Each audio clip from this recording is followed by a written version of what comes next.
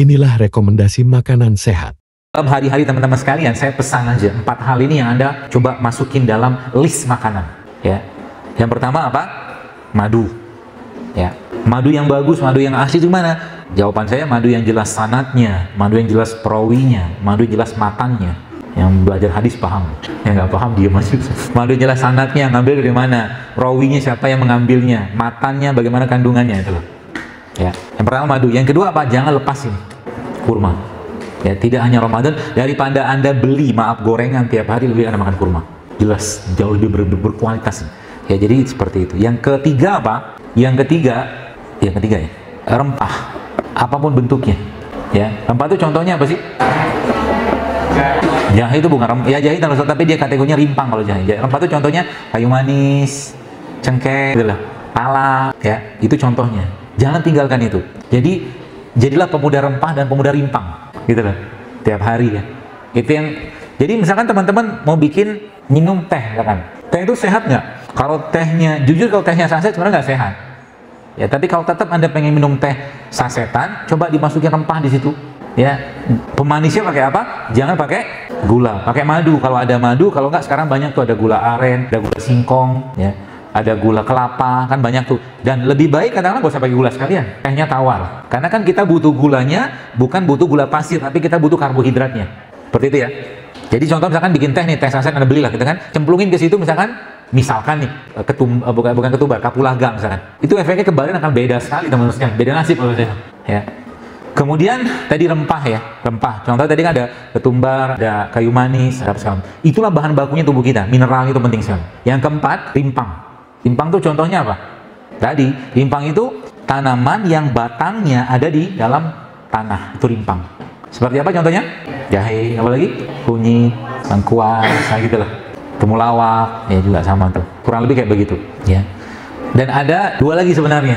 3 lagi maaf, tambahannya. Yang pertama probiotik. Probiotik itu apa? Makanan fermentasi. Contohnya tempe. Nah, saya sih berharap nanti teman-teman Anda kan mahasiswa nih, masih banyak ide-ide kreatifnya. Tempe itu sebenarnya bisa dibikin bukan hanya dari kedelai aja. Dari biji rambutan juga bisa. Betul. Biji rambutan tuh sebenarnya kalau mau dimakan bisa dimakan. Banyak biji-biji yang kita bisa makan. Biji rambutan, kemudian biji salak sih enggak, belum tahu kalau salak. Kedondong.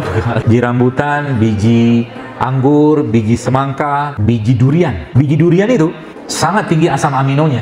Jadi kalau teman-teman bikin tempe dari non kedelai itu bagus sebenarnya. Banyak pilihan biji-bijiannya. Dan belum banyak yang buat. Bikin tempe ini kan gampang sebenarnya kan. Modal ragi doang. Modal ragi taruh di satu tempat selesai gitu loh. Jadi dia. Ya.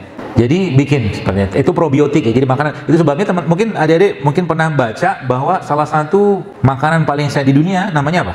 Rendang. Rendang sehat nggak sih? Enak iya. Sehat mah tidak. Jadi kalau salah satu makanan sehat di dunia yang diakuin adalah kimchi. Kimchi itu makanan Korea dulu. Jadi orang Korea itu makanannya apapun dia akan makan kimchi dulu. Lihat sajian kalau teman-teman makan di restoran Korea selalu ada kimchinya. Itu luar biasa pentingnya buat pencernaan kita sebenarnya. Jadi tadi probiotik ya. Ini salah satu probiotiknya. Contoh yang lain probiotik apa? Banyak miso. Miso tuh probiotik tuh. Ya, itu masukin ke badan tiap hari itu. Dan yang ketiganya yang berapa? 1, 2, 3, 4, 5. Tadi udah 4. Yang kelima berarti yang keenam. Yang keenamnya prebiotik atau juga tambahkan situ asam amino. Contoh kayak begini nih. Kayak mungkin kita membahas kayak sayuran, buah-buahan, itu kan ada banyak prebiotik di situ. Jadi makanannya probiotik itu adalah prebiotik. Teman-teman masih suka makan nasi putih? Nasi. Saran saya dimodif nasinya. Iya, udah mau diberi nasi. Supaya nasi putih itu kan kenapa banyak dilarang? Karena tinggi banget gulanya. Itu masalahnya. Kalau sudah makan nasi putih, apa yang tadi saat Anda kuliah? Ngantuk loh. Karena tubuh susah tubuh kita tuh berat sekali memetabolisme gula pada nasi itu gitu. Caranya gimana supaya nasi tetap tinggi seratnya? Gampang. Saran pertama nih, kalau mau nyobain sih, nanti coba ambil cabai rawit begini, tambahkan bawang putih, tambahkan serai sedikit.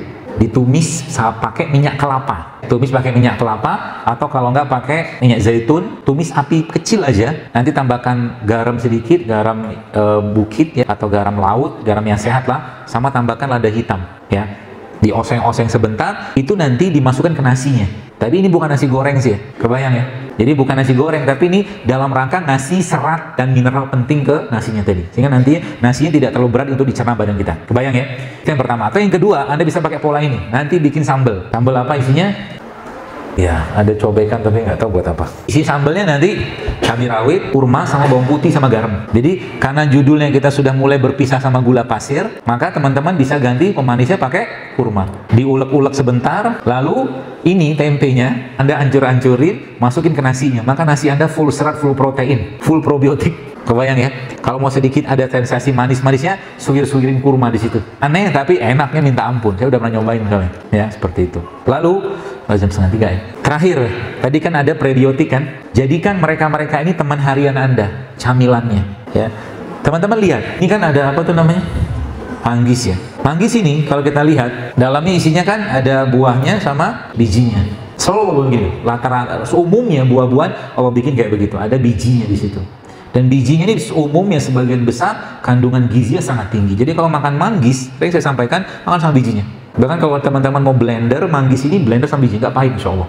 Lalu nyobain. Dijadikan penganan kita tiap hari. Ibu sekalian, teman-teman, mungkin apa yang saya sampaikan ini sederhana, tapi Anda kerjakan rutin setiap hari kayak begini, Anda sedang mempersiapkan peradaban yang sederhana. Karena kita sekarang ngelihat, saya agak was-was dengan begitu berlimpahnya kedai-kedai minuman di mana-mana yang isinya gula. Nanti ya, nauzubillah min dzalik, semoga tidak, kita akan mudah mendapatkan orang-orang Indonesia yang 15 tahun, nauzubillah min dzalik, 20 tahun sudah kena diabetes. Artinya kalau Anda nggak cegah mulai sekarang, wassalam kita. Apalagi generasi autoimun, terlalu dikit-dikit obat-obat, sedikit-dikit obat. Bukan nggak boleh makan obat, boleh, tapi proporsional gitu loh. Ada lagi batuk pilek, ambil cengkeh, ambil jahe, ambil kayu manis misalkan, atau ambil kapulaga, itu juga obat pilek. Tinggal keprek, datang ke pasar, beli, modal goceng juga dapat, gitu ya. Simple sebenarnya ya. Nah tadi manggis ini, kembali sini, maka dia isinya tadi apa? Isinya kan dari mulai kulit luarnya ini bermanfaat sampai kulit dalamnya, termasuk sampai ke bagian putihnya dan bijinya. Semakin banyak perlindungan di situ yang Allah ciptakan, maka biasanya kandungannya semakin berharga. Maka di Indonesia ada satu jenis sumber asam amino yang terbaik yang Allah ciptakan di negeri ini, yang dia mengandung hampir semua jenis komponen asam amino manusia, yang Allah lindungi dengan serat, Allah lindungi dengan cangkang, Allah lindungi dengan kulitnya lagi, dan sumber asam amino tersebut namanya apa? Air kelapa. Kemarin saya barusan dari Jogja, kita ada seorang ibu testimoni, ya, dia penyakit apalah, wanita gitulah, seperti itu. Saya pun udah tahu katakanlah sampai sebegitu dahsyatnya air kelapa itu.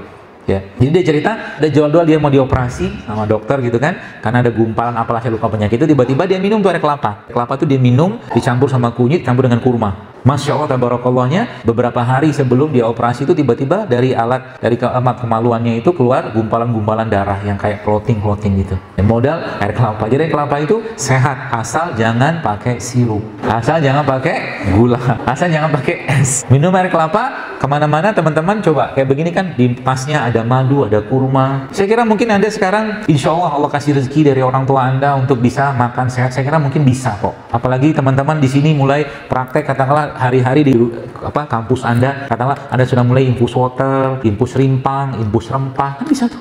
Jadi contoh yang baik untuk nanti lama-lama ketemu dengan teman yang sama. Nanti kalau ketemu, teman-teman sekalian ketemu dengan teman yang sama, insya Allah jadi gampang hamilnya. Karena yang lakinya sehat, ikhwannya sehat, akhwatnya juga sehat gitu loh. Akhirnya generasi ke depan karena makanannya sehat, akhirnya kita sehat semua gitu. Satu peradaban tuh sehat semua insya Allah. Boleh lah cheating sekali-sekali. Boleh, saya pun kadang-kadang makan gitu kan. Makan yang ya suka-suka, apalagi mungkin kenangan-kenangan mie instan cukup banyak. Saya jujur aja saya katakan, ada teman saya satu waktu zaman saya kuliah itu teman-teman ya, itu makanannya saya nggak usah sebut makan apa lah, nggak sehat banget ya. Qadarullah, akhirnya takdir Allah, akhirnya beliau meninggal karena kanker usus ya, seperti itu. Jaga makanan baik-baik ya, jaga yang dimakan, jaga juga dengan teman-teman bergaulnya. Insya Allah kita judulnya pengen membangun peradaban sehat ya, seperti itu. Ya, dan sudah kebayang tadi ya pola-polanya ya, mudah-mudahan, dan ikutin pola dalam Islam. Waktu puasa aja ya, kalau memungkinkan Anda puasa. Ramadan nanti sudah lewat, ini kan dekat lagi Ramadan nih, saran saya ya, coba mulai Ramadan ini bersih-bersih badannya, jangan banyak makan tapi banyak ibadah, maunya kayak begitu. Baik, saya kira mungkin seperti itu yang bisa saya sampaikan. Pesan saya adalah apa? Jadikan hidup sehat itu sebagai bagian dari ketaatan dan rasa syukur kita kepada Allah, bukan sebagai gaya-gayaan, bukan lifestyle. Sebab apa? Nanti kalau kita jadikan diniatkan karena Allah, teman-teman sekalian, maka insya Allah dia makan manggis dapat pahala, dan makan tempe kayak ini dapat pahala, dan minum kunyit dapat pahala, karena niatnya untuk Allah.